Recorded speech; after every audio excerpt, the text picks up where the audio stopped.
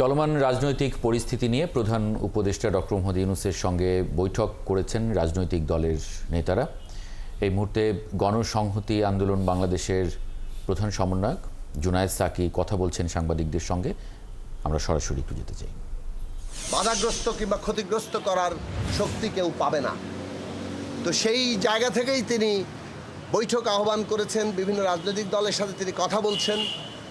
আমরা আমাদের দিক থেকে বলেছি যে বর্তমান অন্তর্বর্তী সরকার যাতে এই যে ফ্যাসিস্ট সরকারের পতনের পরে যে ঐতিহাসিক দায়িত্ব গ্রহণ করেছেন, একদিকে হত্যাকারীদের বিচার, অন্যদিকে জনগণের যে প্রত্যাশা দেশে একটা নতুন রাজনৈতিক বন্দোবস্তের জন্য একটা আমূল সংস্কারের জায়গায় যাওয়া, গণতান্ত্রিক সংস্কারের জায়গায় যাওয়া এবং বাংলাদেশের মানুষের দীর্ঘদিনের যে আকাঙ্ক্ষা একটা সুষ্ঠু নির্বাচনের মধ্য দিয়ে তারা জনগণের সত্যিকার প্রতিনিধি নির্বাচিত করার যে ক্ষমতা, সেইটা অর্জন করার বিষয়ে যে দায়িত্ব, এইটাকে বাস্তবায়ন করার যে দায়িত্ব এই সরকার নিয়েছে, আমরা পরিষ্কারভাবে বলেছি এটা সম্পন্ন করেই আপনাদের সরকারকে যেতে হবে এবং এর অন্যথার কোনো সুযোগ নেই।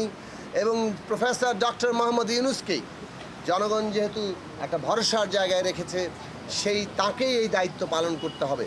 যত বাধাবিঘ্নই থাকুক, প্রতিকূলতা থাকুক, সেটা তার মনের উপরে যত চাপই সৃষ্টি করুক না কেন, আজকে যে ঐতিহাসিক জাতীয় দায়িত্ব তিনি গ্রহণ করেছেন, সেই দায়িত্ব তাকে পালন করে সম্পন্ন করে বাংলাদেশের ইতিহাসে একটা